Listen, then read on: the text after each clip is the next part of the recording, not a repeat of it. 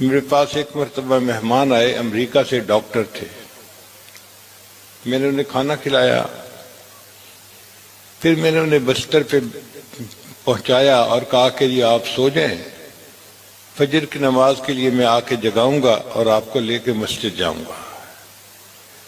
تو وہ دیوار کے ساتھ اوٹ لگا کر بیٹھے اور کہنے لگے جی میں سو جاؤں گا.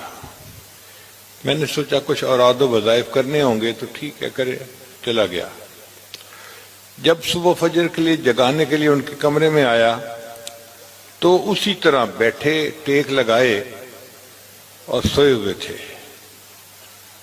میں نے انہیں جگایا، پھر راستے میں نے ان سے پوچھا آپ رات کو پوری رات اسی طرح بیٹھے رہے یا لیٹ کے سوئے تھے بعد میں اٹھ کے بیٹھے؟ اس نے کہا حضرت میں ڈاکٹر ہوں اور میں ایک ایسی بیماری کا شکار ہوں کہ جب میں لیٹ کے سوتا ہوں تو معدے کا سب کچھ میرے باہر نکل آتا ہے منہ سے،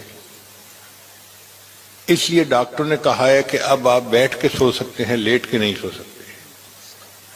ان کو ان کے یاد دلانے پر مجھے احساس ہوا کہ یا اللہ یہ لیٹ کے سونا بھی کتنی بڑی آپ کی نعمت ہے. پھر ہم نے اس پر ریسرچ شروع کی تو ہمیں پتہ چلا کہ بہت سارے جاندار ایسے ہیں جو لیٹ کے نہیں سوتے، کھڑے کھڑے سو لیتے ہیں.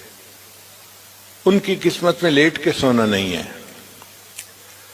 اور ہمیں دیکھیں اللہ تعالیٰ نے کتنی بڑی نعمت عطا فرمائی، سردی کے موسم میں کمبل لے کر رضائی لے کر آرام سے لیٹ کے نیند کے مزے لے رہے ہوتے ہیں. یہ اللہ تعالیٰ کا فضل اور اس کا احسان ہی تو ہے.